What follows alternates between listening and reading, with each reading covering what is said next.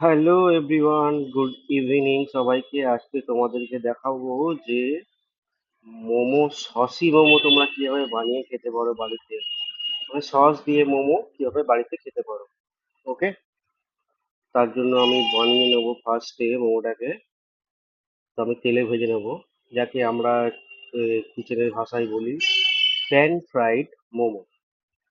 তো আমি তার জন্য বানালাম প্রথমে মোমোটাকে তেলের মধ্যে ছেড়ে ভালো করে ভেজে নিতে হবে। ভেজে নিচ্ছি দেখো বন্ধুরা।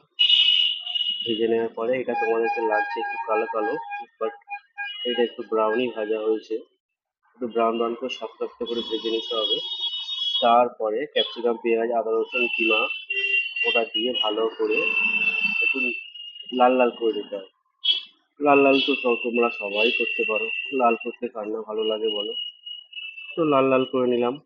লাল লাল করে নেওয়ার পরে এবারে সসটা দিয়ে দেবো। এই সসে আমি কি কি দিয়েছি বলো তো?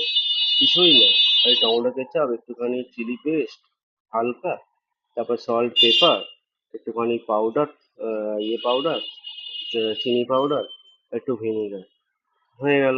তারপরে এই মোমোটা নিয়ে সসের মধ্যে দিয়ে দিচ্ছি দেখো। দিয়ে তারপরে একটু নাড়িয়ে নেবো যাতে সসটা ভালো করে গায়ে লেগে যায় মোমো।